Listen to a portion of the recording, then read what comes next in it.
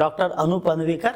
I am working as a scientist at the National Institute of Malaria Research since over a decade. So my main research areas are improving the diagnosis and treatment of malaria. India is committed to eliminating malaria by the year 2030. And elimination of malaria requires quality tools for diagnosis, treatment and vector control of malaria.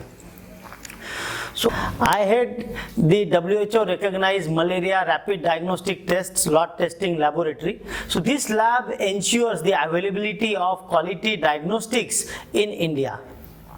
My lab has also reported the HRP2 deletions which have got implications in malaria diagnosis.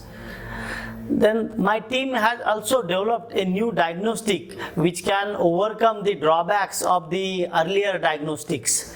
Apart from this, my work has also been related to the clinical trials of antimalarials. So these trials have ensured the availability of new antimalarials in India. So these can be used in case there is resistance to the current antimalarials that are being used in the country. So apart from diagnosis and treatment, there is one challenge for malaria elimination, and that is access to the malaria control tools.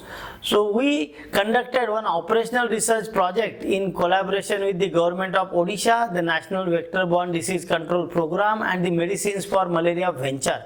And this operational research project helped in developing a model for improving the access to malaria control tools, and which could help in bringing down the malaria cases. So my lab will continue to work towards improving malaria diagnosis and treatment in future.